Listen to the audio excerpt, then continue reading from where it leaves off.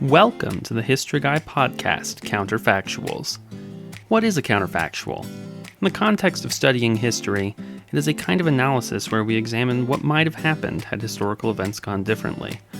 As a thought experiment, the goal is to learn and understand history as it is by talking about what it could have been. As a twist on the historical stories that we tell on the History Guy YouTube channel, this is a series of podcasts that dwell on that eternal question: what if? I'm Josh, a writer for the YouTube channel and son of the History Guy. If you're a fan of the channel, you already know Lance, the History Guy himself. To liven up our discussions on what might have happened, we have invited Brad Wagnon, history aficionado and a longtime friend of the History Guy, to join us.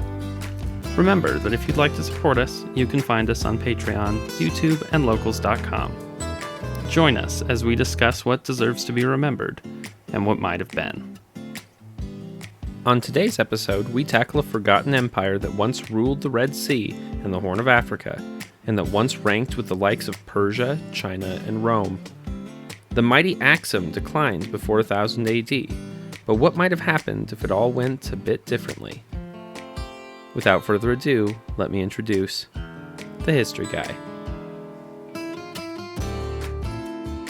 In the long annals of human history, many empires have left an indelible mark both in the popular memory and the historical record. Empires like the Roman Empire, the Mongol Empire, the Chinese dynasties, or the Persian Empire. But for every empire whose name you recognized, many other great empires rose and fell and largely faded from popular memory, and yet in their relative obscurity are still important links in the history of humankind. And one such empire was the Kingdom of Axum, otherwise known as the Empire of Ethiopia, which flourished at the same time as Rome and Byzantium and became an important center of trade between those empires and empires in India, Sri Lanka, and the Far East, and also played an interesting role in the three major monotheistic religions of the Middle East. The Kingdom of Axum deserves to be remembered. The Kingdom of Axum flourished in the 1st century AD to about the 7th century. Its center was the city of Axum, located in the highlands of northern Ethiopia. The kingdom had its roots in the so-called Proto-Axumite period, beginning about the 4th century BC, and became a force to be reckoned with by the 1st century AD. By that time, it was widely known as an excellent market for ivory, tortoise shells, and rhino horns, as recorded in the Greco-Roman Periplus of the Erythraean Sea, a kind of traveler's handbook that covered trading opportunities in the Red Sea and beyond, as far as southwestern India. The kingdom's earliest years are the subject of some scholarly debate, but it is known that the kingdom's written language, Ge'ez, is a member of the Semitic family of languages, mostly centered in the Middle East. Other Semitic languages include Hebrew, Aramaic, Arabic, and Akkadian. Ge'ez is no longer a spoken language, but it is used widely as the liturgical or holy language of the Ethiopian Orthodox Tewahedo Church, as well as other Ethiopian and Eritrean churches. The language may have been brought over by southern Arabic people in the 8th century, but some linguistic evidence suggests Semitic languages were spoken in the Horn of Africa for millennia. The value of this early script is significant. The biblical book of Enoch survives as a complete text only in Ge'ez, and Ethiopian translations of the Bible are among the oldest surviving in the world. In its early years, the growing wealth from trade at its port city of Adulis allowed the kingdom to expand its influence over a large part of modern Ethiopia, Eritrea, Sudan, Somalia, and Yemen. The kingdom owes its growth to a shift in global trade patterns. Overland routes to India and other routes became less popular when traders learned that they could take advantage of monsoon winds to cross the Arabian Sea to India. The volume of trade that came through the Red Sea ballooned and brought enormous wealth and prosperity to traders along the route. Axum would become the principal supplier of African goods to Rome. The kingdom subjugated a number of tribes in modern-day Somalia and extended some kind of dominance across the Red Sea over Himyar in modern-day Yemen. Conquered tribes were allowed some autonomy, but were required to pay tribute to Axum, often in the form of heads of cattle, according to Axumite inscriptions. As the kingdom became an empire, the Axumite kings took on the title of Nagusa Nagast, or King of Kings. Whether this reflected a system of sub-kings is not yet clear. By the mid-4th century, Axum was at its height. It was in that century that the kingdom began using the name Ethiopia, according to inscriptions. It was also in that century that Axum played a role in the decline of the once powerful kingdom of Kush. Kush was a Nubian kingdom that had, for a time, installed pharaohs that ruled over a combined Egyptian-Kushite kingdom. By the 4th century, Kush was a shadow of its former self, and a dispute led the Axumite king, Ezana, to attack and possibly sack the capital of Meroe. The kingdom of Axum is possibly most famous for its enormous stelae, large decorated obelisk-like columns that have been built in the region for centuries. Hundreds of the monuments surround the city of Axum today in stelae fields, many of them marking the sites of underground burial chambers. The three largest of these, called the royal stelae, are the 79-foot-tall Ezana stele, the fallen 108-foot-tall Great Stele, and the so-called obelisk of Axum. The Axumites left a monument at Meroe and built another at Axum to document Ezana's victories, including that over the Kushites.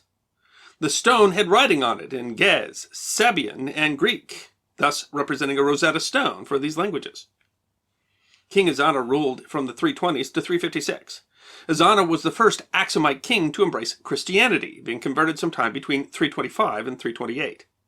He advocated for Christianity in his own kingdom, less than 2 decades after the Roman Emperor Constantine the Great converted. The conversion of Ethiopia was, according to tradition, the responsibility of a single man. Frumentius of Tyre. According to the Roman historian Tyrannius Rufinus, as children, Frumentius and his brother went with their uncle on a ship to the Red Sea, where the crew was attacked and killed by pirates, because don't all good stories involve pirates? And the boys taken captive. They were given to the king of Axum, Ezana's father, as slaves, but gained favor with the king before his death and were freed. Ezana's mother begged them that they stay, as Ezana was too young to rule and she needed help teaching him and managing the kingdom. When Ezana took the throne, Frumentius was an important advisor to the kingdom. Frumentius traveled to Alexandria to talk to the bishop there, who consecrated him bishop and promised to assist him in Axum's conversion. On his return, he baptized the king, and shortly after founded the original Church of Our Lady Mary of Zion in Axum, a rebuilt version of which still stands today. This became the site where Ethiopian emperors and later emperors of Abyssinia were crowned. The Ethiopian church enjoyed significant autonomy, but did follow the church in Alexandria to split from the Roman church following disagreements after the Council of Chalcedon in 451. The kingdom began minting its own currency during the reign of the king Indubis at the end of the 3rd century, and continued minting coins for 400 years. They were one of the only ancient states in sub-Saharan Africa to mint their own currency, and one of only 4 in the world who were minting gold coins at the time. Ezana began minting coins bearing the Christian cross, one of the earliest examples of the symbol on coins. The relative abundance of Axumite coins indicates that the kingdom had access to large supplies of gold, although it isn't certain what the kingdom's sources were. Axumite coins are also notably pure, and the supply of metals was closely controlled by the Axumite state. The kingdom's trade influence was great. Axumite coins have been found as far afield as India and Sri Lanka. The next major expansion was under King Caleb in the 6th century. Caleb was recognized as a Christian by the Byzantine Emperor Justin I, who sought Caleb's assistance in ending atrocities committed by the Himmerite king against Christians in modern-day Yemen. Caleb defeated and killed the Himmerite king, and the kingdom remained a tributary under the Axumite general Abraha and his son Masruk. Masruk's brother revolted with the help of the Sassanid Persian Empire, leading to a series of wars that were eventually won by the Persians. Munro Hay, a modern historian, cites these wars as one of the factors in the kingdom's collapse, thanks to the war's cost and loss of prestige. The kingdom's decline was caused by many factors. In addition to strength lost fighting the Persians, the kingdom may also have been affected by the plague of Justinian, probably the first appearance of bubonic plague, which killed millions in other parts of the world. In the early 7th century, the growing dominance of the Islamic Empire in the region isolated the country from other Christian states and largely ended their trading empire. But unlike Christian Europe, Axum was not on bad terms with its Islamic neighbors. Muhammad began preaching publicly in 610, but the ruling tribe of Mecca persecuted his followers. In the middle 610s, Muhammad advised his adherents, including his daughter, to seek refuge in Axum, in an episode known as the First Hijrah. The king of Axum is said to have refused a Meccan delegation which sought their return. There are different accounts of the effects of the exile, with some Islamic accounts suggesting that local Axumites embraced Islam, while some Ethiopian accounts instead suggest that some of the exiles converted to Christianity. Other ancient Christian kingdoms, such as Nobatia, Mercuria, and Elodia, to the northeast, would eventually become Islamic, but Axum and its successors remained Christian. Despite their relationship with Islam, as early as 640, attacks were made at the port of Adulis, and the kingdom was forced to abandon the city of Axum and retreat inland. This marked the end of the kingdom's trading empire.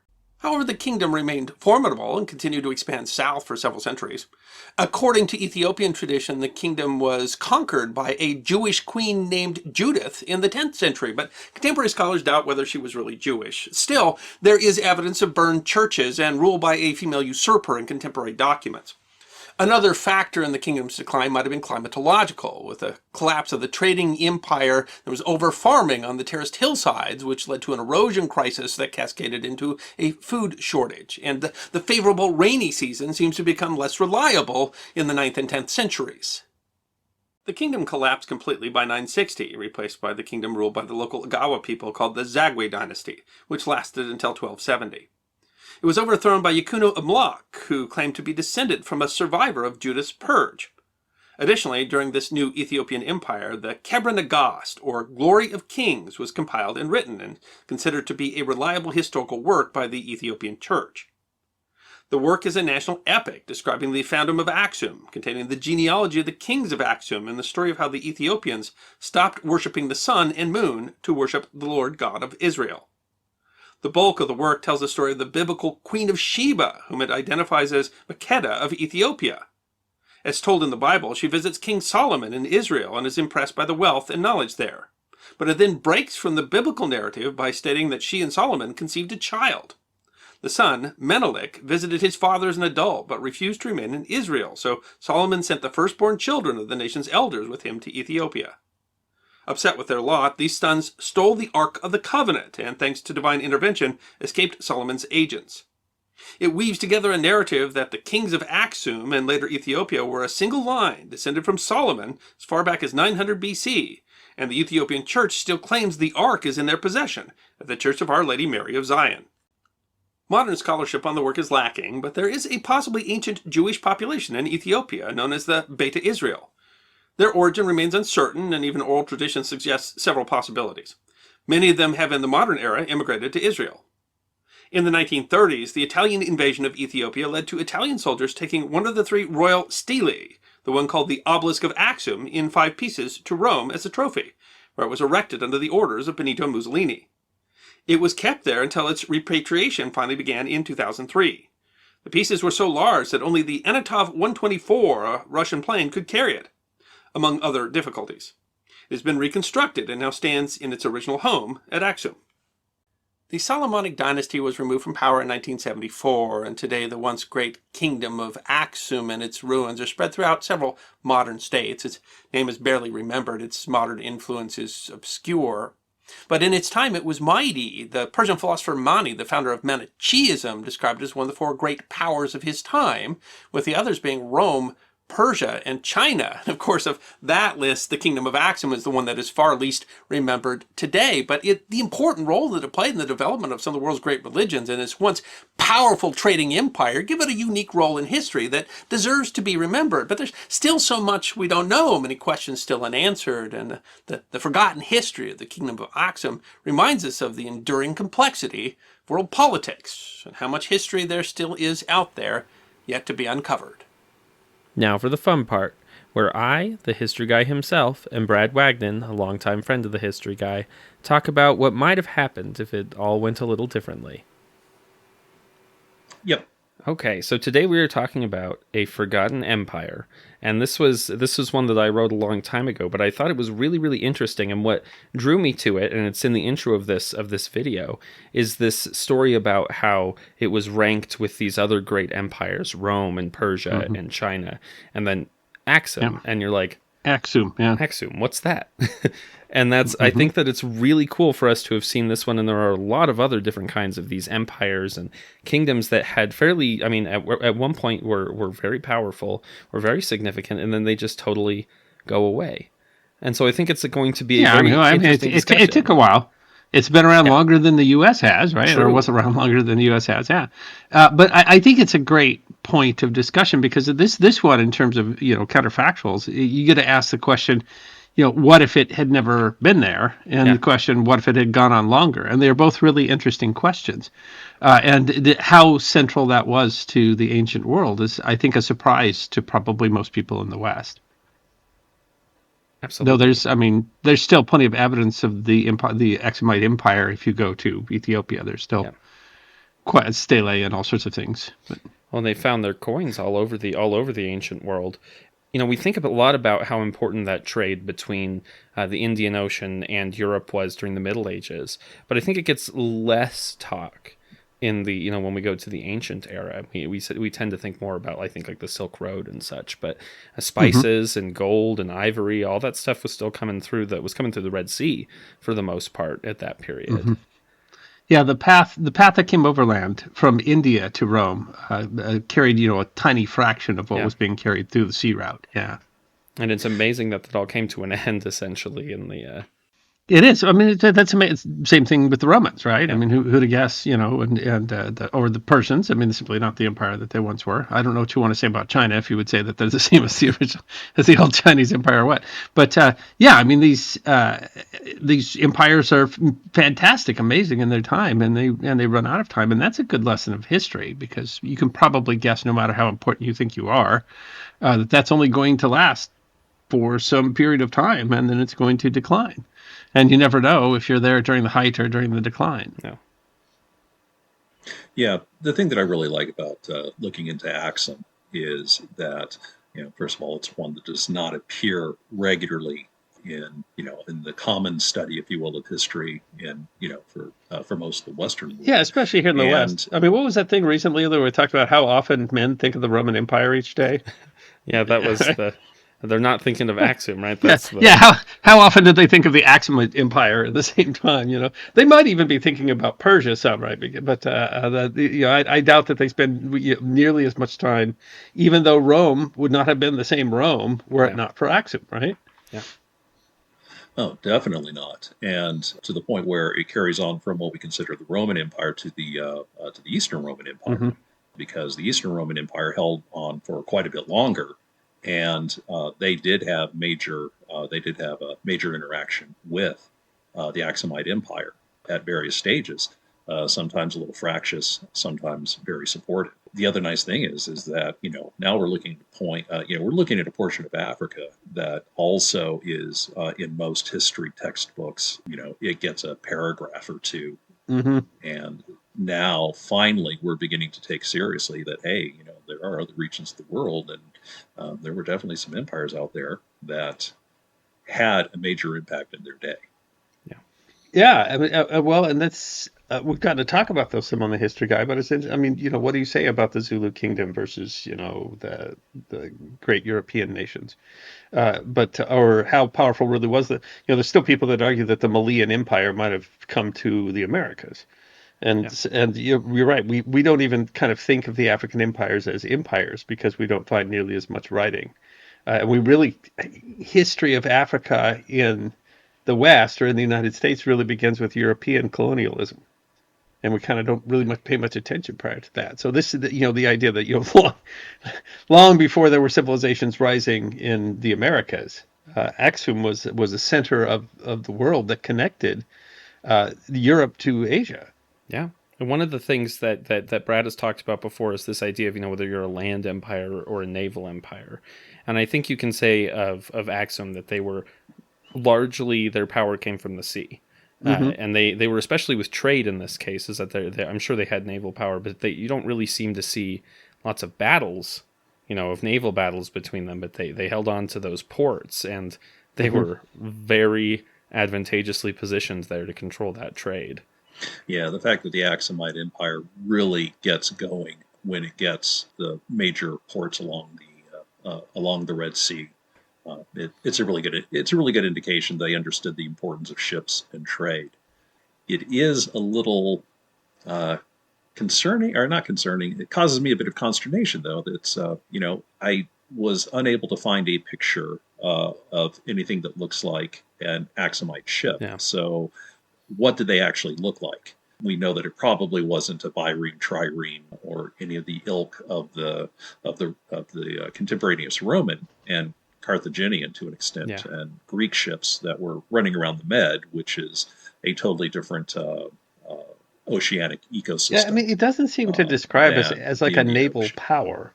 And of course, you could also say it's a land empire because partly what they're doing is all the trade goods that were coming from Africa that were going to go to the the civilized world into Syria and Rome. That was all coming through Axum. Of course, that comes from land, but to an extent, just like I mean, it's that they were a crossroads of trade, and there were cities that became very powerful that didn't necessarily have large armies or large navies, and so you're right. I don't know even in the research in this if we saw how powerful an Axumite fleet was. It was that Axum was a spot where people had to take stuff in order for it to make its next waypoint, and you can become quite important and powerful doing that. I mean, they must have had some kind of, Yeah, some kind of military. Well, I mean, we know they had a ground military, but they must have had some kind of navy. But it doesn't seem like we know a whole lot about them. There's some comments on maybe they were similar to what the Egyptians used on the Red Sea, and I mean, those were ships that are unlikely to have survived. They're fairly, wooden, fairly small. They use papyrus as for woven papyrus for like ropes and stuff. I'm not sure, but I'm not sure I've seen anything that really describes what they were like. And the texts, even though they came up with their own script, which is one of the unique things about the Axumite Empire. We don't seem to have a whole lot of their texts, and there's some periods in there where we have almost nothing. Like we seem to not have a good idea even of when these great stone churches were built. Those are still guesses because we don't have good texts on them. so it's this powerful empire, and there's a lot we really don't know. I mean, but certainly they were also an empire in that they took territory and they conquered Yeah. territory, and then there's we have some understanding of how they handled their conquered territories, and we know that they were eventually invaded. So I mean, I don't know if you would say this is a land empire or a sea empire. You could say that it's a land empire that made its money from the sea. But I mean, That might be you could fair. kind of say the same thing about Rome, right? I mean, they didn't know how to build a boat until a Byzantine boat, or not a Byzantine boat, a Carthaginian boat washed up on shore, and they're like, oh, let's make more of those. And so, I mean, they were, but I mean, Rome, I mean, Italy is a peninsula in the Mediterranean. They made their money from the sea, Yeah. even though you wouldn't say that they were a sea empire. Yeah, and the trade goods that were coming through the Axumite Empire. Obviously, there were silk was listed as one of the major items, but there were also animal hides and ivory, and those were probably obviously there are Indian elephants, but there are also they probably had ivory coming Yeah, in yeah. A lot of that's coming from the from interior Africa. of Yeah, Africa. tortoise shells and rhino horn, and I mean, a lot of what they were trading in was stuff those were the trade goods of Africa, and they were just the central piece that touched that into these Yeah. other cultures in the Mediterranean and all the way to India and China. Yeah, it was a really interesting mixture of cultures. I remember reading where it was talking about their coins, and they would have these coins that would have like religious symbols from one culture and Greek script and all of these kind of these different cultures that were all represented on their coins. And it's interesting to see how that all kind of came together. And it shows, I mean, I think it shows how important that region was as a nexus. And it makes me wonder if we start talking about counterfactuals, if they weren't there, or if whatever was there was unable to have much of a central power, so that it was fractious or causing infighting was causing problems and breaks in that trade.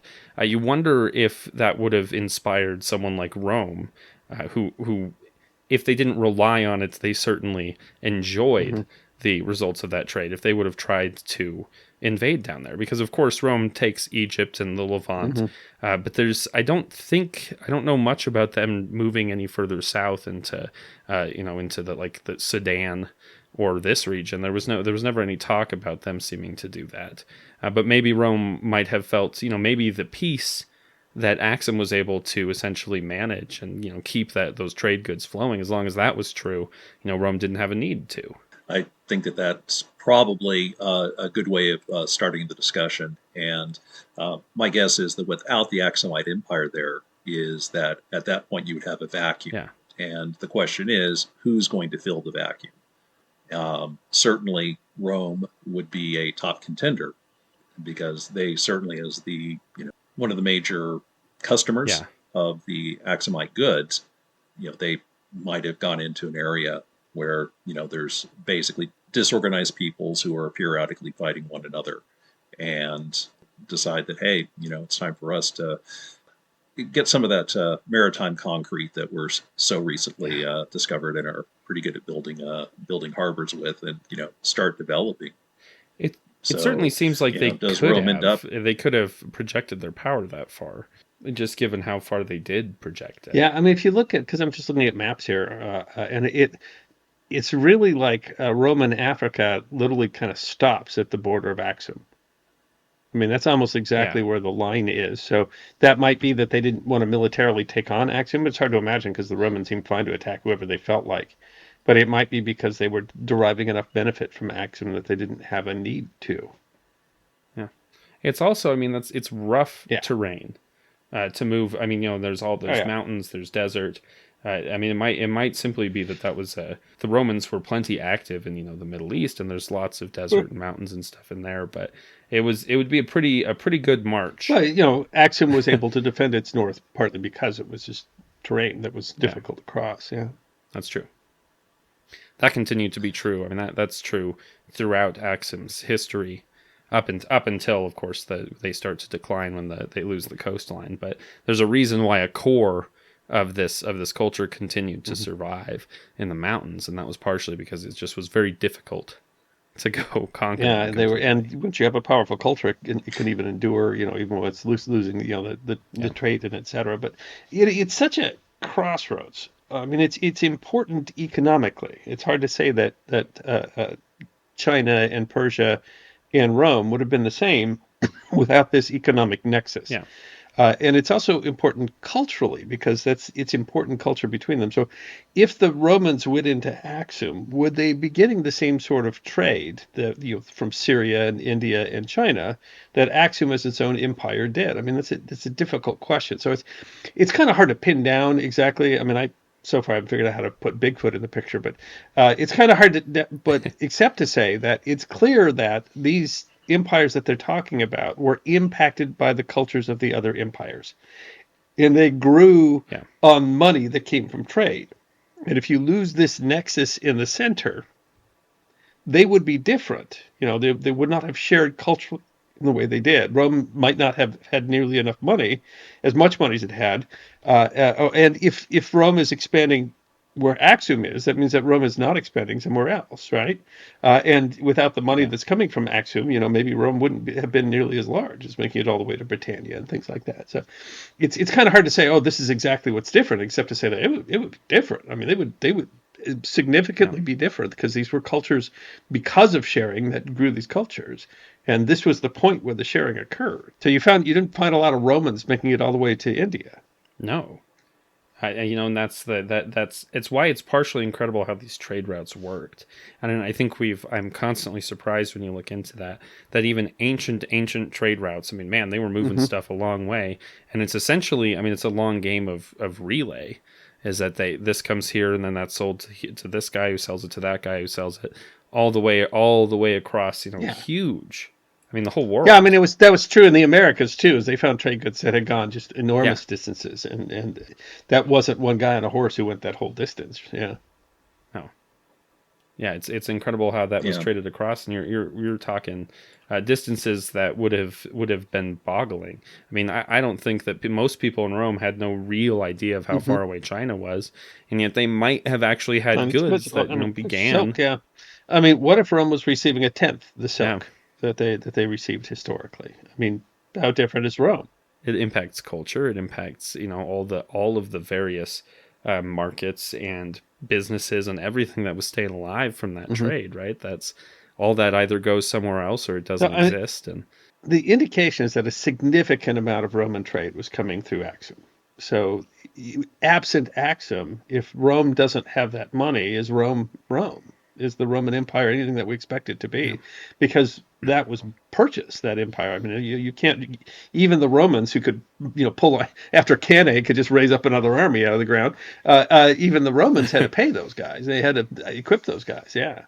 So, if there hadn't been Axum, would Rome have taken Axum's place? If Rome had taken Axum's place, would the trade have been the same? Those are kind of, that's why we do counterfactuals, right? But I mean, certainly without the trade coming through Axum, Rome and the Achaemenid Empire, the Persian Empire, and the Chinese Empire would be different. And there was a lot of Roman influence in India too. I mean, one of the positions might be that Indian culture, which really starts to, change quite a lot with this trade, that what would have happened if Indian culture had continued along its path rather than start to become, because then they started getting, eventually Muslim influence from the north and Chinese influence and Roman influence and all that sort of stuff.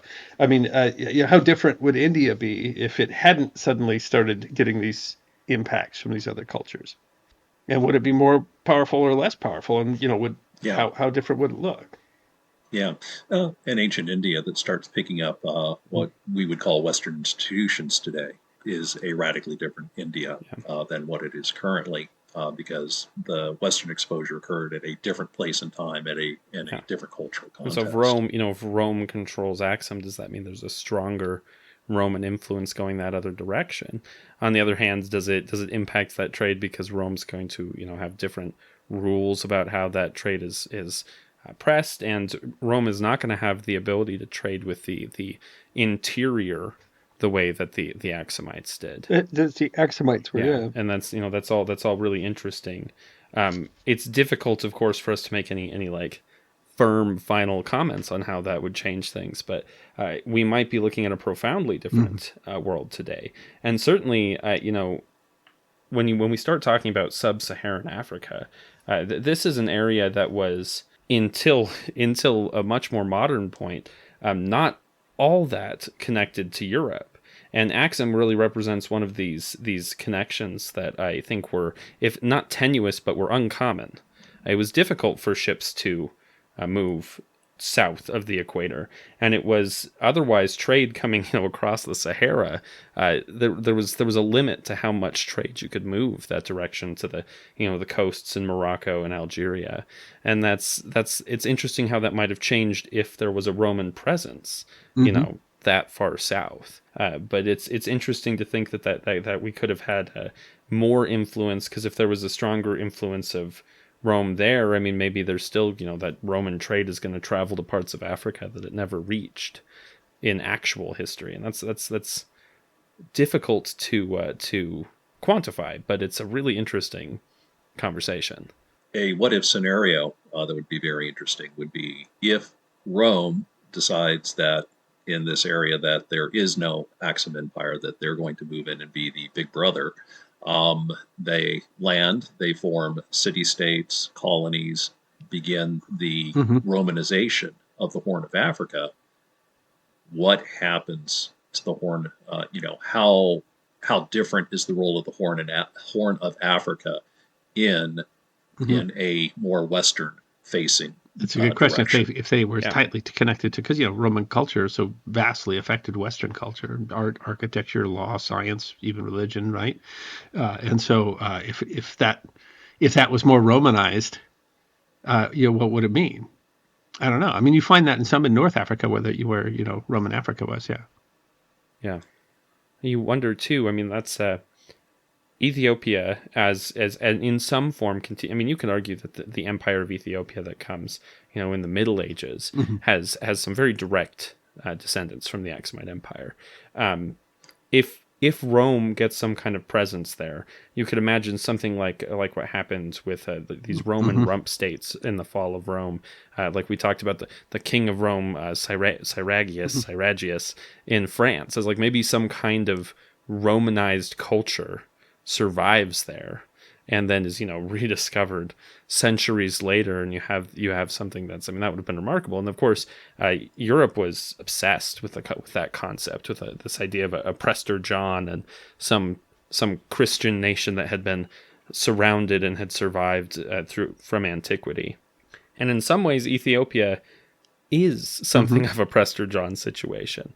It's not what the Europeans imagined it to be, but this was a Christian power that existed for much of its existence, surrounded by non-Christian powers, and eventually by what Christianity considered in the Middle Ages to be their greatest foe, which was these Muslim powers. Though it was a center of slavery too, of slave trade, and that had its impact on culture too. But it's true. I mean, it being such a crossroads, gave it that position. I mean, made it meaningful.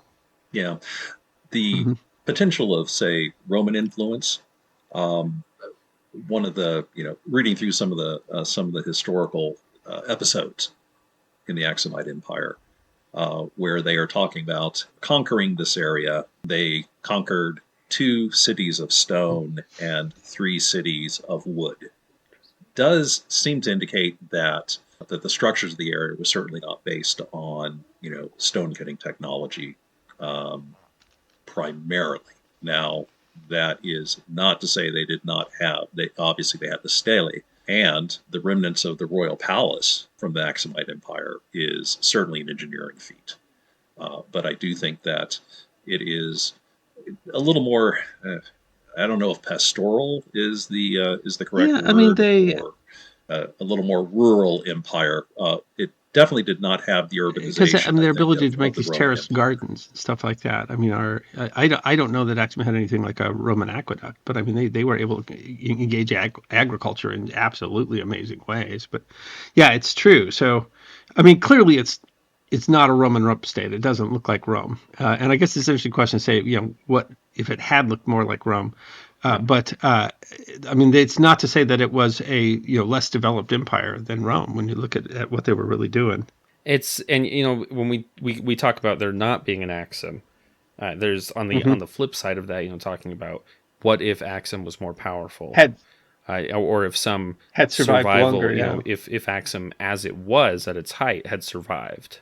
I think a lot of it comes down to when they conquered Yemen, when they're fighting with the Himyarite Empire, or the Himyarite Kingdom, and then later with various Persian. And I saw some interesting stuff about that, because I saw one that literally blamed Justinian, and that essentially because after the Axumite governor in Himyar decides to be his own power, and he's like breaking free and being independent. There's an overthrow. It's kind of complex. One of them's overthrown. The guy who's overthrown goes to find support, and he finds support with the Persians instead of with the Byzantines, and that ends up leaving Yemen in the power of the Persians, and eventually in the power of the Muslim kingdoms that come afterward. And it's interesting to think that difference, if Yemen had instead gone, if the Byzantines had been able to support them, that that would have meant Byzantine support there, and at the very least for Axum, that would have been the same religion. And so, could Axum have held on to Himyar? It's kind of, it's both a symptom and a sign of their power, and how it was waxing and waning, that they were able to capture it, but they were unable to hold it. And then the he declares independence, we don't really see any power from within the rest of Axum being able to retake it. That seems to be part of the issue, is that they were unable to project their power across the Red Sea. Even though it's a very small distance there, right at the.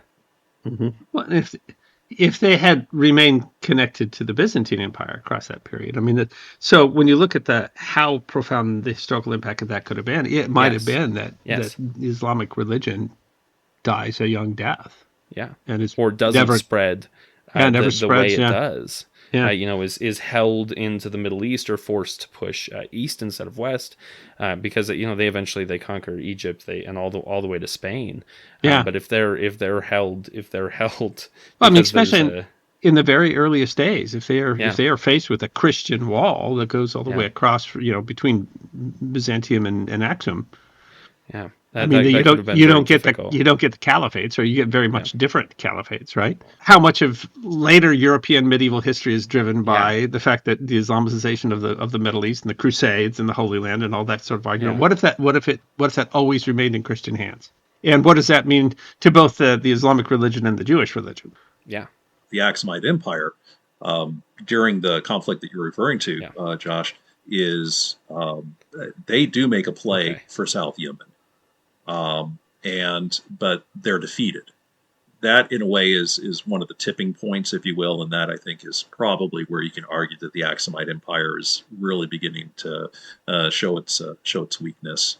And within another century or two, when they lose all of the coasts of the Red Sea, then that empire is, we start looking at the definite decline of it. But if the Southern Arabian Peninsula is not an easy conquest for the Muslim powers during that rapid expansion during the 7th, 8th, and 9th centuries, tremendous tremendous impacts. What if, what if there is not an Islamic, You're right. actually, referring back to our Battle of Tours episode, what if Spain doesn't fall because, the Muslim conquest never makes it across North Africa. Well, and they're also a counter to the Persians. I mean, the Persian Empire, that's really the first big challenge with Axum, right? And, what if they controlled the growth of the Persian Empire? What does that mean for the Greeks as opposed to the Romans? And so, I mean, it wasn't just them facilitating trade between these empires. They were also counters to some of these empires, and that would later on have large impacts on future on history across and of course, the known world. As with all empires, many of their struggles were internal. But I do wonder if particular leaders would have been able to manage them in a way that might have made that difference.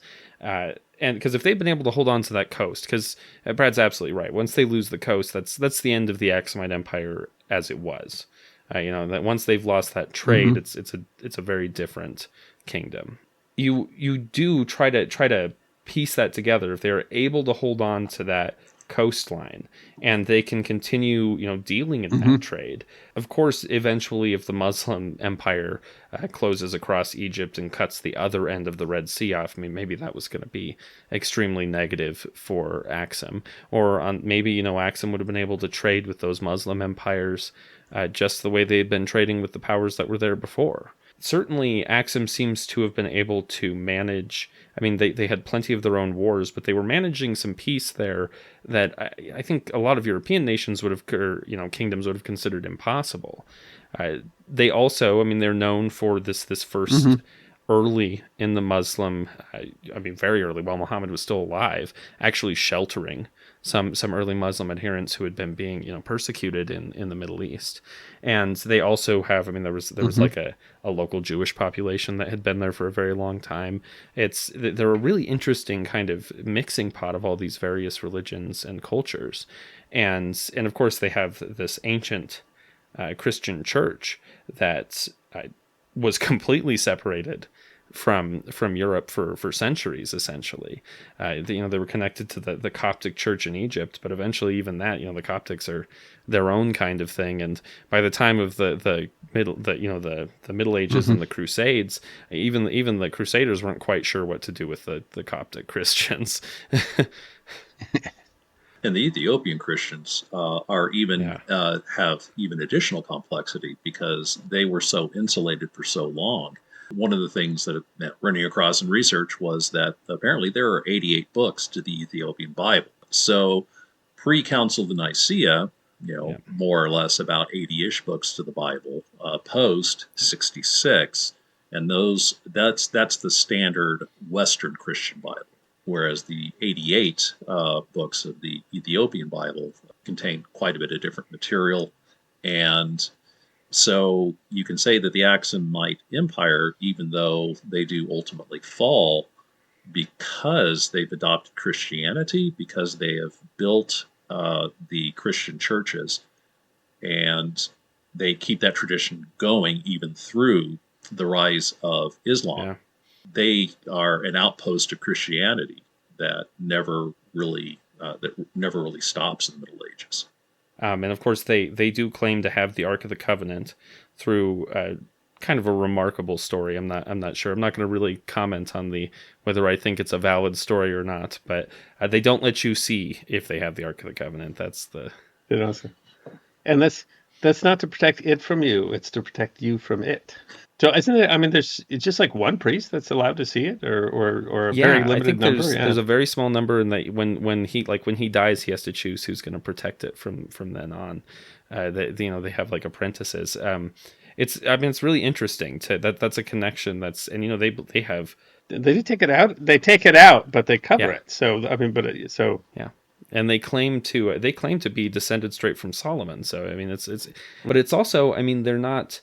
Part of the reason I think is because they were separate from the whole period of recognizing the Catholic Church and this whole kind of establishment of what you would call orthodoxy in Catholicism. If the Axumite Empire lasts longer, is more powerful, does that change the center of gravity in the Christian church? What would that right? have looked like? Because there was a whole battle between when I think we sometimes take it for granted a little bit today that Rome is the center of the Catholic Church. That was not certain. And there were not always at all, for a long churches, time, yeah. all of these churches that were founded by other apostles, these churches that had disagreements over doctrine, all this stuff, that thought. I mean, that's why there are these Eastern Orthodox churches, and not just the Russian and the Greek, those Orthodox, but ones like the Coptic, the Syrian Church, the Armenian Church, the Ethiopian Church. Ethiopia was in a position where essentially they just didn't have some of that influence.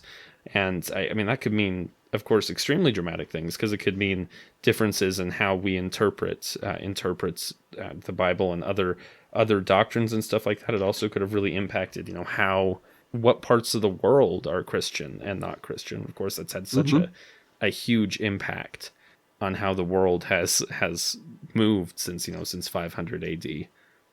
Yeah, in an alternate timeline where the Axumite Empire lasts past, say, 1096, what if, okay, drawing a blank here, the name of the Pope who declared the First Crusade?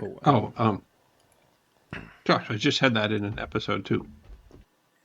Anyway, if in 1096, the rallying cry is not free Jerusalem, but banish the infidel of the evil Ethiopian, heretical Ethiopian church, do we get a First Crusade that ends up heading down towards the Red Sea? I mean, maybe that's possible. They see the stranger things have happened. Well, and then certainly, I mean, the Catholic Church fought multiple crusades against other Christians, and in fact, you could say that their crusades against other Christians were actually much more impactful and effective than the ones that they fought against the Muslims. Oh yeah, it is. History is replete with pogroms as well as let's go get the heretics, the Albigensians, the northern European crusades, in the Baltics. That was Urban II, by the way, the First Crusade. But that's right, Urban. Thank you, Urban. But I mean, it's interesting that you say that, because a lot of the pogroms of the Middle Ages were driven because of the Black Death, the bubonic plague, and that somehow ends up being blamed on Jews, on Judaism. But one of the reasons that the Axum Empire collapsed was that it might have been one of the first places where the bubonic plague broke out. And plague plays a significant role, possibly the plague of Justinian too, which we're not. I mean, that might have just been influenza. We don't know for sure what that was. But that makes an interesting connection between the two. And when you were talking about could the Axum Empire have gone on longer, been more powerful, then certainly absent that that impact, then they might have. And if the Axumite survive a bubonic plague and then come out with some sort of resistance to the bubonic plague, then do they end up facing pogroms like the Jews did? Yeah. But I mean, absent the bubonic plague, maybe we do have a much longer-lived, more powerful Axumite empire that carries on into the Middle Ages. Certainly. Yeah, I would say the Axumite empire was probably actually, I wouldn't say resistant to the bubonic plague, but because they don't have the level of urbanization and population density that the Roman Empire and then later the medieval cities and towns have, it's possible that you would get less of a catastrophic, deadly, and debilitating disease. But the effects might not have been quite so pronounced in a country that was still primarily getting its wealth through trade, but really was largely a rural kingdom that relied very heavily on its population to grow crops. I mean, which makes interesting history, because if they weren't as powerfully impacted, would they have been more powerful? Or like we were saying, there's points during the Middle Ages where not dying of the plague meant that everybody felt they had to kill you because you were responsible for it. Yeah. It looks like the research in terms of if and how the plague impacted sub-Saharan Africa is still in process. I didn't read anything about how it might have impacted. At that point, I guess it would have been probably the Empire of Ethiopia, or the later one. And when we talk about the Crusades, it's interesting too to think of if those Crusades had been more impacted by Axum, and if Axum was in a better position to to assist the Europeans, and would they? There was some shared culture there.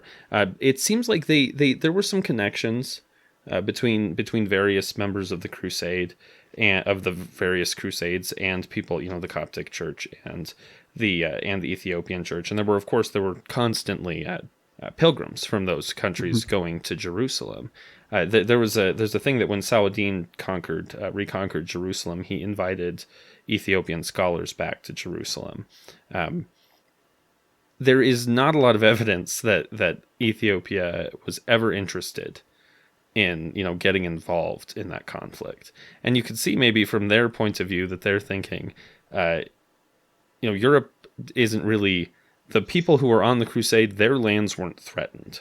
Whereas Ethiopia is thinking, if we get too involved in the crusade, the Muslims might come actually and attack us. They live right over there. Because it was the rise of Islam that caused the decline of Axum, right? So they were yes, in much more direct conflict. But and the way that alliances were made at the time, if Axum had been a military power during the Crusades, it's a good question. Because probably what would have happened is that sometimes they were and sometimes they weren't.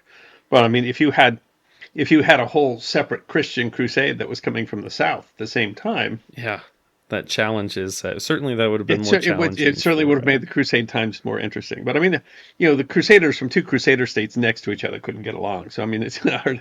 Yes, I saw someone talking about that, and they said we talk about the Crusades as like a monolithic thing, or the Crusaders as a monolithic thing, and that's probably not particularly good way to talk about they were at each other's throats quite a lot, and sometimes sometimes aligning with Islamic forces against each other. You have to say a big reason, part of why Jerusalem fell, is because these guys could never agree with each other. And really what happened, Tripoli was not really helping with the crusade at the time, that was the battle that really kind of shifted things and caused the loss of Jerusalem, right? So would it have been any different if there was, a larger Axumite presence? It seems like maybe that just adds one more party to the chaos. It depends how big that player is. But if you have where Axum is, then maybe you never get the Fatimid Empire, right? Because that's Axum's right there. So having another large Christian player that had some interest in the Holy Land, clearly it would have shook things up a bit, right? It's difficult to know. Well, and of course, at that point, we're kind of how Axum would have survived and what kind of kingdom or empire or polity Axum would have been is a little up to question, because how the way it survived probably would have impacted that. And clearly their survival, they were managing it. They still conquered lots of new territories and fought this way and fought that way and did various things, but they were managing something of a balancing act between these various powers, because it was, while the Christian nations fought all the time, various Muslim powers fought all the time. That's the caliphate splits and stuff like that. So but it was certainly possible to unite them against you, at least long enough for them to come crush you. You could argue that up until the deposition of the last king of the empire, or the emperor of Ethiopia in the 1970s, that there was a fairly direct line. A descendant of the Axumite Empire. Yeah. Ras Tafad. He at least claimed, although it's I don't know if the leaders of the Empire of Ethiopia that comes, in the Middle Ages, if they were actually connected to the dynasty of Axum, or whether that was, as with many, many places, if that was just acclaimed, for legitimacy. The Latin Church and the Crusaders were very different than the Romans, even though they would claim descendant of the Romans too. So it would be a different Axumite Empire if they had continued. And that's again, it's an interesting question. Because really the competition was between the Axumites and the growing power of Islam. And so if in that trade, if it was Axum who rose instead of Islam, then that truly changes the Middle East. If Islam never becomes the power that it became, if you never have the large caliphates, if you never have the trade cities that provide the money and all that sort of stuff, then that is a very different Middle East, which makes a very different Europe and a very different North Africa and a different Middle East all the way into India, right?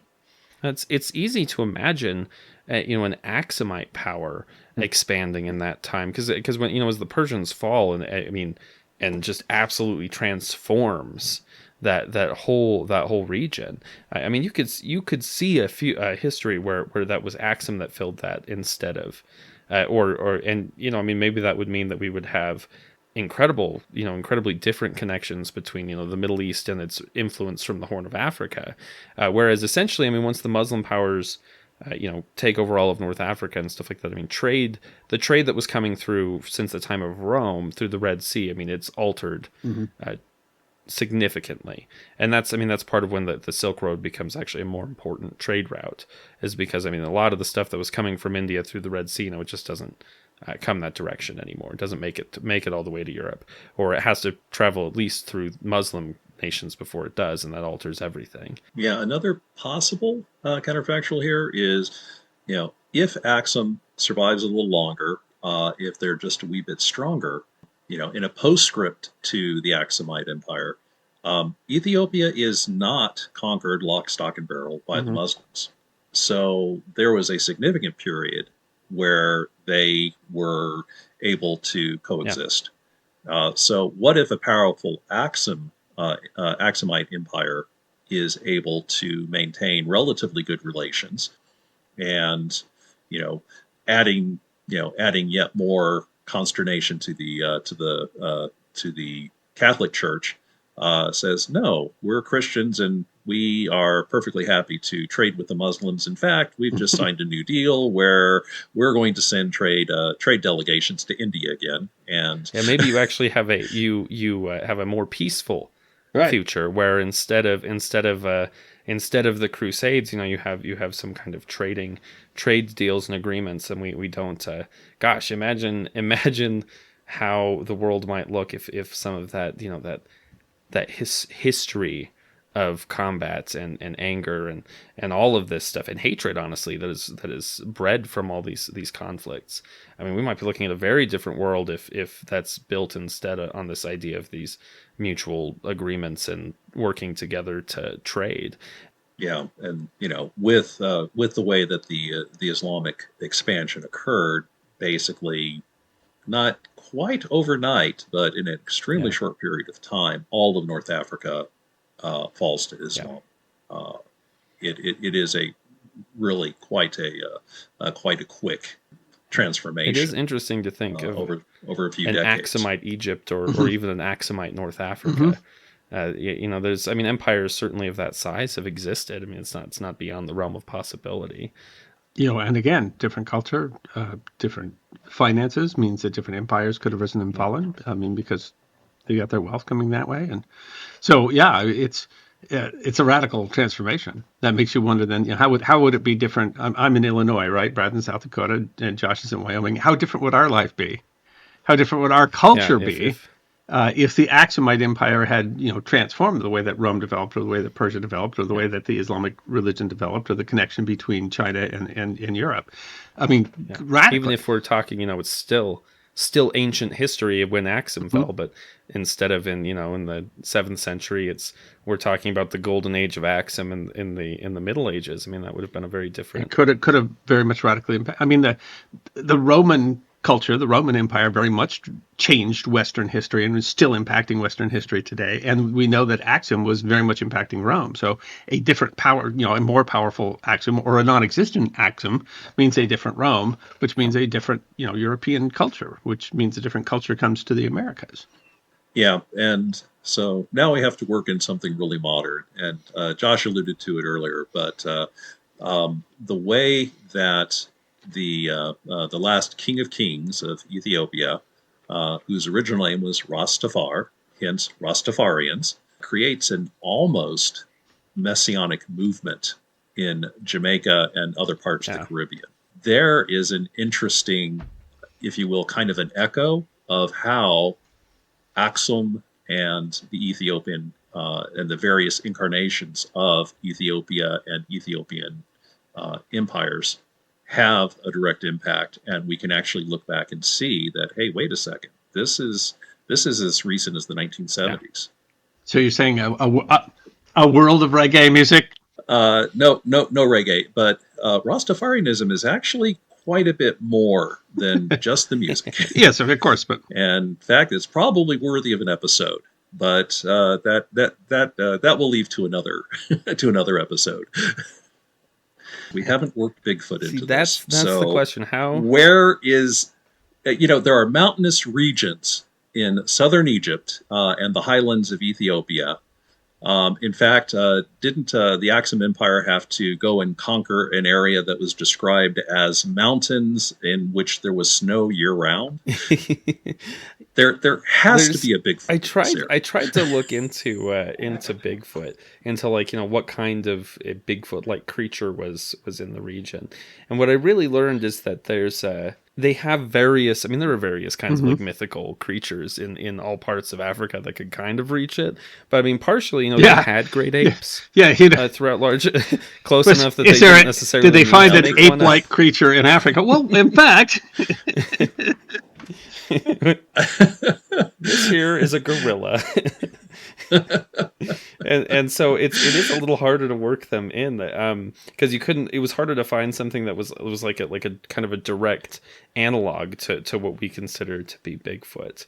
They have their myths are different, which I guess makes sense, but it is a little sad to get this far and be like, well, how do we work Bigfoot in? But it's called the Kulakamba. That is, and it's supposedly a hybrid of an ape and a chimpanzee.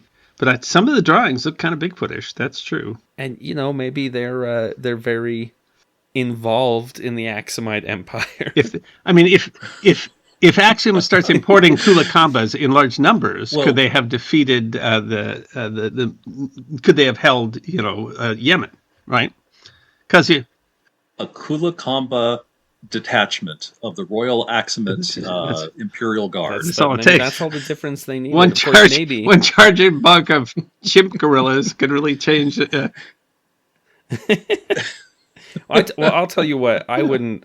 There's been this debate online recently about about people thinking they could fight a gorilla and win.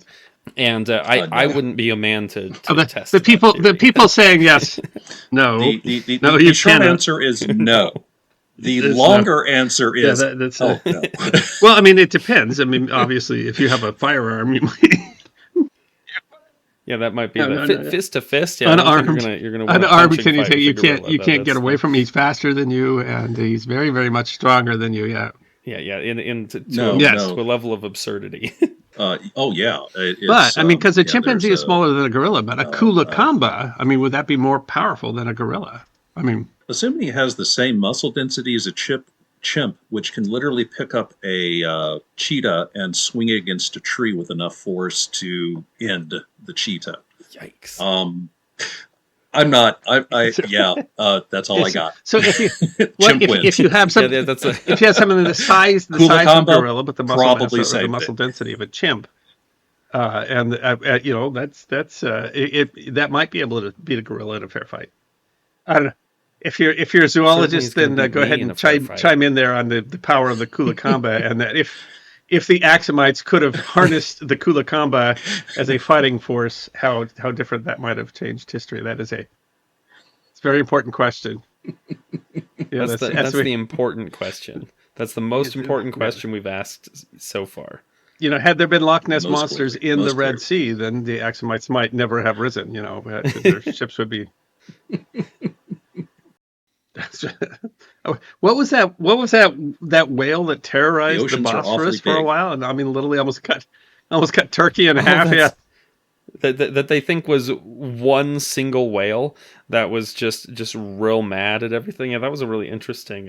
Kept sinking ships in the Bosphorus so that they couldn't get across. They literally it became so dangerous that people were afraid to go into the water, and they think it was just one really angry whale, which is that's interesting to think about. Well, if there was one whale in the Red Sea or one big, sea creature in the Red Sea that just wanted to ruin things one day. I mean, man, they apparently could have really impacted history.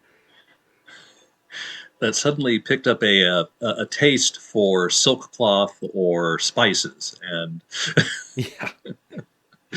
he's knocking all the ships down. This whole trade thing was in fact the DoorDash for one whale.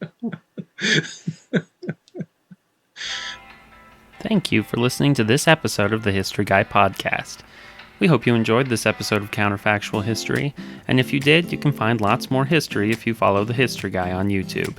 You can also find us at thehistoryguy.com, Facebook, Patreon, and Locals. If you want to hear more Counterfactuals, stay tuned. We release podcasts every 2 weeks.